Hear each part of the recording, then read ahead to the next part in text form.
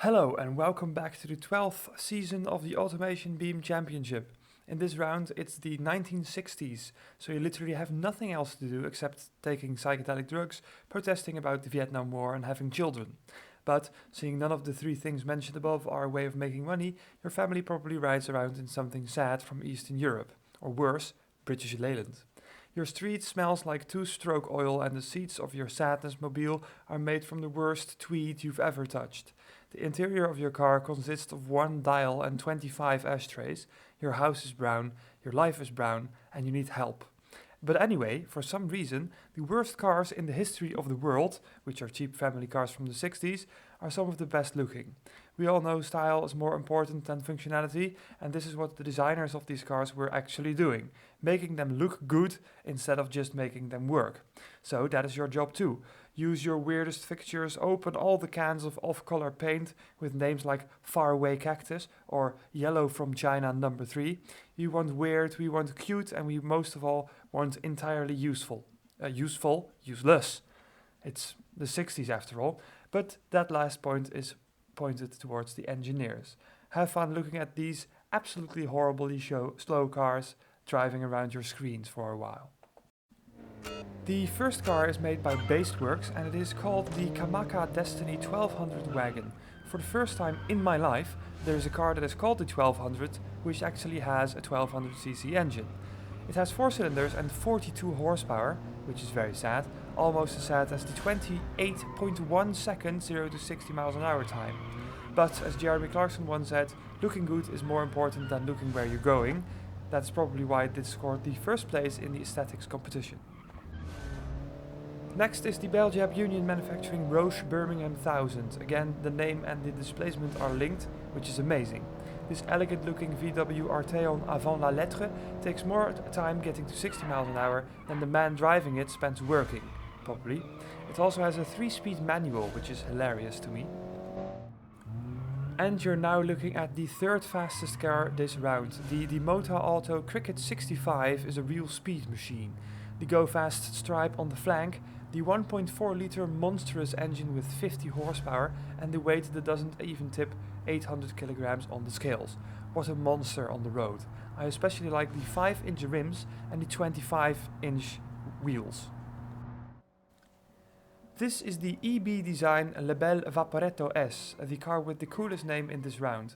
0 to 60 happens in just 18 seconds and there were about as much penalties on this car as horsepower is in the engine. It truly looks like the unhappy child of the Chevrolet Corvair and a DAF from the 70s. Oh my god, the communists have taken over. This is the Freestyle Aces design division Tokateo Eco. This sad, melted piece of butter is very similar to that Mitsuoka thing that looks like a Subaru Vivio dressed up like it's from the 60s. Anyway, these did have the best gearbox, namely a 5-speed manual, so it's basically a Subaru WRX STI. And now we have the French. This is the Hemter and Hasselfrau Pavot 1000, which was designed, built and driven by Smons, because I made a design which was absolutely horrifying, so he stole one from the French. Which is better somehow.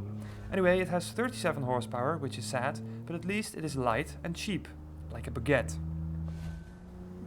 And this is the car that got second place in the racing part and third place in the looks part of this challenge. It is called the Thomlin Pioneer 116 and is built by KFC Racing. The depressing sound of a 3-cylinder burbles through the streets when this 47 horsepower monster scoots past. The 5-speed manual makes sure this sprints to 100 km an hour in less than 20 seconds. Amazing. The looks are on point too. It looks depressing and British Leylandish, and it has a weird color called Sky on Tuesday or something. Fantastic job. If we had a point to give out for the best company name for a round, this would be it. This is the Yip 4-door built by the Cobalt Worker Union. A name so uninspiring that it makes me want to eat all bran and drink raw milk. It was a car that was almost perfect for the round, seeing that it scored a second place in engineering. Sadly, it looks like a Peugeot if it was built in Poland. Another French-looking machine, but this time one step bigger than the H&H car. This is the Foxtrot 10 Deluxe from Moravian Motorworks.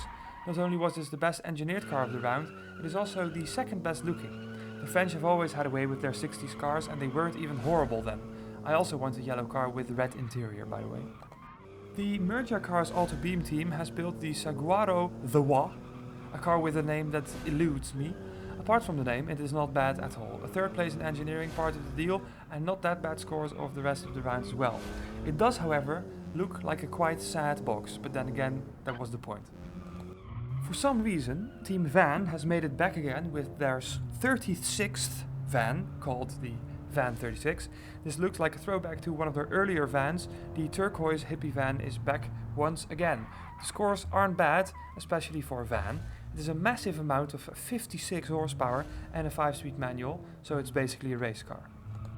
Next we have the Fantasia Classic, built by R Manufactory. This car got a massive 10-second time penalty. In that time it could have gotten to 75 kilometers an hour. They also got a penalty in the engineering part, which is fantastic. The very light mini car has a massive 60 horsepower engine, so it could have been very, very good, if only it wasn't very, very illegal. And then we have the TI 4770 Depressie from Zack Speed, and depressing it certainly is. None of the numbers I find in the name correspond to any of the specs. I also don't know where the TI stands for, but I just hope it isn't for Turismo Internazionale, like with BMW, because if I would have to travel internationally with this, I would rather walk. The scores and lap time isn't bad, by the way. The looks are. And last, we have the fastest car in this round. It is the Chardonnay, built by Auto Onion. These spectacular asymmetric front and the sporty window line make promises of speed and power, and those promises are certainly kept because of the spectacular 1.0 inline 3 that makes a 50 whole horsepower. It takes just 16.6 seconds to reach the devilish speed of 60 miles an hour, and it is time to get out of your sad Austin Allegro and bow down to the greatness of the Auto Onion. You may cry, in fact, you probably shall.